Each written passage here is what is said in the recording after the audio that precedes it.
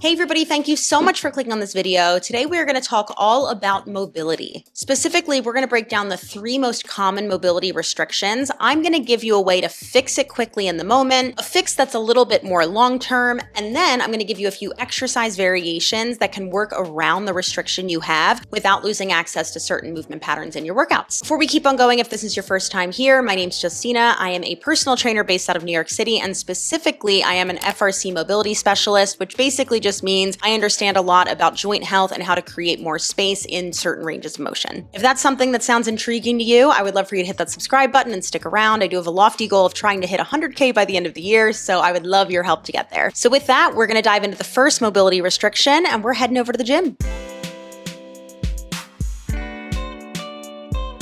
Now, there are a lot of reasons why someone may have limited overhead range of motion. They could be compressed on the chest wall, unable to expand the back of the ribs, and there's assessments you can do to figure all of that out, but I find a good old-fashioned floor rainbow typically loosens up these things across the board, no matter the root cause. So if you're pressed for time and you just want to open up a bit more space quickly, this is an absolute favorite of mine. The trick here is to keep contact with the floor the entire time and keep the hips stacked as you rotate. Now, if you have a bit more time and energy to physically carve out more space in the joint, you're going to want to implement a Pales Rails drill. Without getting too deep into it, these are essentially 2 isometric contractions done after a passive stretch to create more physical space at a joint. The old saying, if you don't use it, you'll lose it, definitely applies to mobility. If your humerus or upper arm bone never moves in a certain part of the glenohumeral joint, aka your shoulder socket, you're going to lose that space over time. But this drill, if done consistently and with intention, can help gain that space back.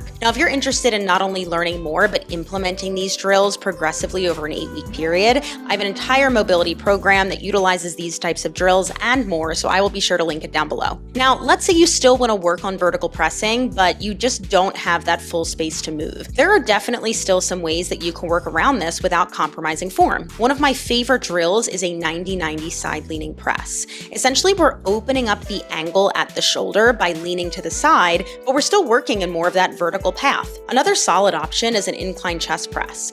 Both of these will target the anterior delt, which is the primary muscle involved in overhead pressing. But with both of these variations, you're not going to have to sacrifice form simply because you're missing some mobility at a joint.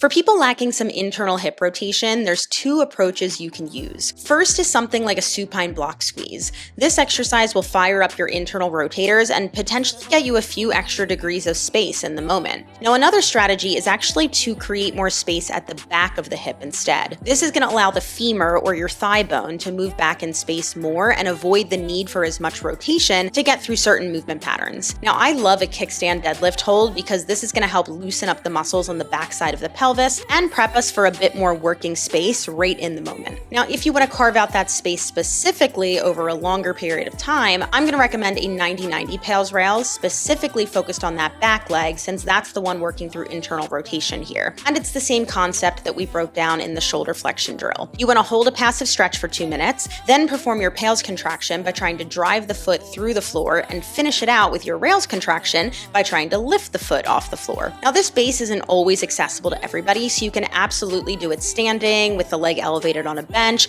or you could also try this from a sideline position with some bolsters. Now, 2 main exercises or movement patterns that require hip internal rotation are squats and hinges. In a squat, your femur or thigh bone needs to internally rotate once you hit 90 degrees to continue descending. Now, if you're still working on navigating this position, I would just say maybe a sumo squat is a better option at the moment if you want to work on a bilateral variation. And the same thing goes for hinges or deadlifts. You're going to need that internal rotation as you send the hips back in space. So if you feel a pinching sensation, you may just be better off working from a sumo position instead, since that recruits a little bit more external hip rotation.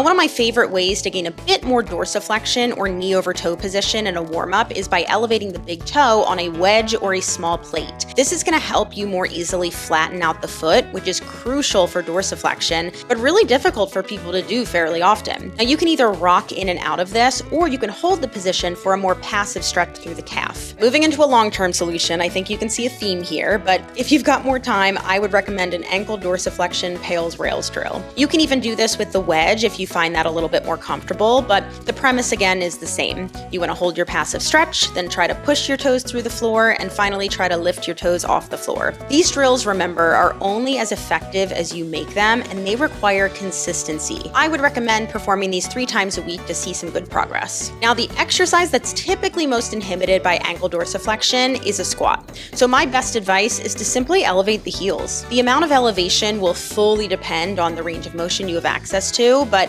I honestly just find that even people who don't have major restrictions at the ankle tend to squat better with a little heel lift. It really just helps keep everything stacked and supported.